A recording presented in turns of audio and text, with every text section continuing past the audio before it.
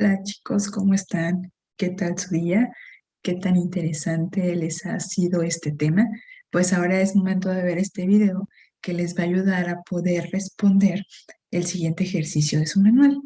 El tema de aprendizaje es muy importante, ya han visto a lo largo de estas dos sesiones un poco de historia, también las definiciones y algunas nociones muy importantes para el aprendizaje. Dentro de los conceptos que revisaron, checaron que hay dos principales enfoques que tratan de dar una aportación diferente a lo que es el aprendizaje. Dice el conductismo que el aprendizaje implica una modificación de la conducta. Entonces tienen que ver con aquellas cosas observables y medibles. En la terapia, por ejemplo, nosotros nos damos cuenta que alguien aprendió precisamente porque hay un cambio conductual. Por ejemplo, alguien que es impuntual llega a ser puntual. Alguien que quiere modificar su alimentación porque tiene diabetes, entonces comienza a dejar de comer pan. Entonces, todas aquellas conductas que observamos nos reflejan el aprendizaje. Y la otra corriente psicológica es la del cognitivismo o el área cognitiva, que dice que no necesariamente el aprendizaje se observa, sino que también hay una modificación acá en los procesos cognitivos y que eso es necesario y suficiente para decir que hay aprendizaje. Entonces, el día de hoy vamos a ver que hay tres tipos diferentes de aprendizaje: el condicionamiento clásico, respondiente, el operante y el ICAR. Acuérdense que la diferencia entre este y este es que aquí la persona, ¿no? El sujeto, no puede controlar la respuesta porque es automática o refleja. El condicionamiento operante, la persona tiene la capacidad de poder responder ante, ante ese estímulo, ¿no?, que se le está presentando. Entonces, ¿quién es el principal representante del condicionamiento clásico? Que es lo que vamos a ver el día de hoy. Iván Pavlov, acuérdense que trabajó con perros, ¿no? Y con la salivación, y una de sus principales, o lo que tiene que ver con sus experimentos, es que estudió la digestión de los animales, en especial aquellas respuestas reflejas relacionadas con las del sistema digestivo y con la salivación. Entonces, ¿qué hizo? Se dio cuenta que al momento en que la persona que le daba de comer al perro empezaba a mover la perilla, entonces los perros comenzaban a salivar, aunque no estuviera presente la comida. Entonces él se empezó a preguntar, ay, ¿qué pasa aquí? ¿Por qué el perro está respondiendo ante un estímulo que naturalmente no provoca una respuesta? Y se dio cuenta precisamente que había un aprendizaje, que había un condicionamiento que provocaba una asociación que de alguna manera ese estímulo iba a generar esa respuesta. Entonces, a eso, bueno, ¿por qué se le llama condicionamiento clásico o respondiente? Porque precisamente estos estímulos que se presentaban van a provocar respuestas que inicialmente no se provocan porque hay un aprendizaje, pero además estas respuestas son reflejas y automáticas. Esto quiere decir que no podemos controlar. Ante un estímulo va a haber una respuesta automática y refleja, por eso se llama condicionamiento clásico, ¿vale? Entonces, por ejemplo, ante un ruido hay un sobresalto. Ante una luz hay una dilatación de la pupila. Entonces, son aquellas respuestas ante calor, ante una quemadura, ¿no? Ante el fuego, entonces yo voy a mover la mano. Entonces, son estas respuestas que nosotros no podemos controlar. O sea, acuérdense en un momento en el que ustedes hayan ido al cine con aquella persona que les gusta y entonces le quieren dar la mano y empiezas a sudar, ¿no? Y no quieres que se dé cuenta, pero empiezas a sudar. Esa respuesta no la podemos controlar y es la que estudia el condicionamiento clásico. O si no han comido, yo ahorita les digo, a ver, imagínense su comida favorita, no sé, unas enchiladas, unos maquis, algo que les encante. Entonces, no salías, ¿verdad que no se puede? Porque precisamente son respuestas reflejas. Y a estas respuestas, ¿vale? Se le van a llamar respondientes o incondicionadas.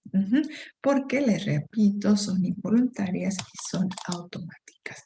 Bueno, me voy a saltar esta diapositiva porque ustedes ya lo revisaron ahí, son algunos ejemplos de respuestas respondientes. Entonces, lo que hay que revisar es que por medio del condicionamiento clásico hay un momento en el que se aparean dos estímulos para que ese estímulo que inicialmente no provocaba respuesta, ahora la provoque, ¿sí? En este caso, La perilla, ¿vale? Que se movía o que era movida por la persona que le daba el alimento a los perros, era un estímulo neutro, era un estímulo neutro porque inicialmente no provocaba la respuesta de salivación. Cuando apareamos entonces esos estímulos, este estímulo neutro se va a convertir en un estímulo condicionado que va a provocar esa respuesta de salivación que inicialmente no provocaba. Pero ¿cómo ocurre todo esto? ¿Cómo es que nosotros podemos convertir a partir del condicionamiento, generar un aprendizaje, generar una asociación y evocar una respuesta que inicialmente no se provocaba? Vamos a tratar de explicar entonces que en el momento en el que ocurre esta asociación que les refiero, se tiene que presentar el estímulo neutro, esto quiere decir la perilla, junto con el estímulo incondicionado, que sería la comida. Ahorita vamos a dar esas definiciones. Y al mostrarse repetidamente estos dos estímulos, la comida que provoca respuesta y la perilla que no provoca respuesta, va a haber un aprendizaje, va a haber un apareamiento y entonces el estímulo neutro va a provocar la respuesta de la comida, que es la salivación. Entonces, esto es repetitivo y necesito que lo tengan muy claro porque el experimento que ustedes van a hacer y van a aplicar va a ser con estos componentes, con estos elementos. Entonces, por favor, pongan mucha atención. Entonces, ¿qué ocurre? ¿Qué ocurre con el perro? ¿Vale? ¿Qué ocurre con la campana? ¿Qué ocurre con el experimento que hace Pablo? Entonces, él presenta una campana. Esta campana, como tal, no va a provocar salivación en los perros, porque el aprendizaje que se ha tenido no está asociado con la salivación, ¿vale? O sea, esta campana es neutro porque no hay aprendizaje, porque no hay condicionamiento, y entonces no va a provocar ninguna respuesta. Entonces le vamos a denominar estímulo neutro, que se define como aquel estímulo que por sí solo no tiene capacidad de producir ningún tipo de respuesta en el organismo. Ok, a diferencia de la campana, está la comida. La comida por sí sola provoca, no hubo aprendizaje para nosotros al momento de ver la comida comenzar a salivar. Los perros igual. Entonces, ¿cómo le vamos a llamar a este estímulo? Le vamos a llamar estímulo incondicionado. ¿Por qué se llama incondicionado? In es sin condicionamiento, ¿vale? No requiere de aprendizaje para responder a ese estímulo. ¿Y cómo se define? ¿Vale? ¿Cómo se define este estímulo incondicionado? Es cualquier estímulo que con anterioridad al tratamiento experimental produce una respuesta consistente y automática, ¿vale? O sea, no hubo aprendizaje, no hubo un condicionamiento y hay una respuesta. ¿Qué respuesta va a dar el estímulo incondicionado? La salivación. Entonces, ¿cómo le vamos a llamar a esa respuesta ante ese estímulo incondicionado, donde la comida va a provocar salivación del perro? Le vamos a denominar precisamente respuesta incondicionada, que es aquella respuesta que el organismo emite de manera refleja y automática cuando está presente un estímulo incondicionado. ¿Vale? Recuerden que es un estímulo incondicionado, es aquel estímulo que por sí solo, sin apareamiento, sin condicionamiento, va a provocar una respuesta. Por ejemplo, la luz provoca una dilatación de la pupila. Entonces, ese estímulo incondicionado no lo aprendemos. Nosotros no decimos, a ver, vamos a ponernos 10 veces la luz para aprender, sino se da de manera automática y refleja.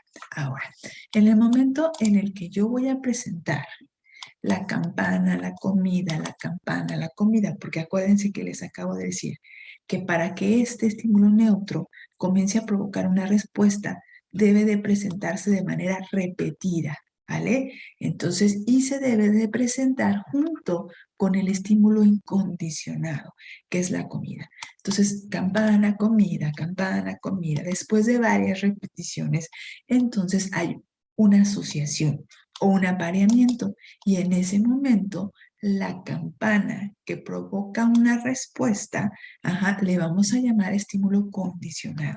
¿Por qué se llama estímulo condicionado? Porque tiene que ver con aprendizaje, ¿no? Tiene que ver con esa asociación. ¿Y cómo lo definimos?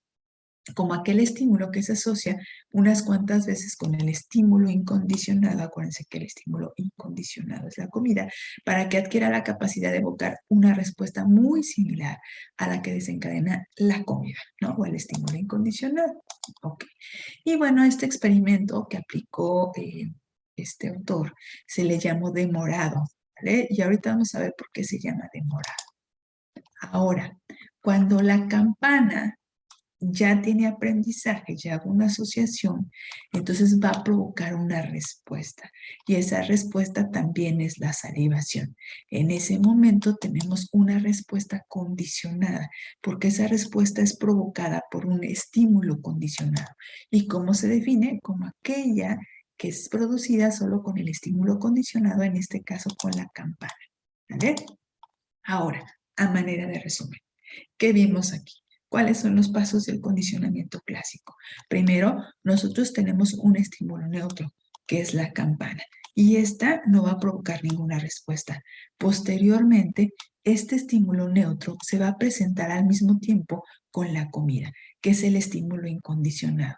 Al presentarse repetidamente, el estímulo neutro va a provocar respuesta, que de alguna manera, bueno, este estímulo neutro se va a convertir en un estímulo, perdón, el estímulo neutro se va a convertir en estímulo condicionado, ¿vale? Pero en este caso va a provocar la misma respuesta que el estímulo incondicionado, que es la salivación.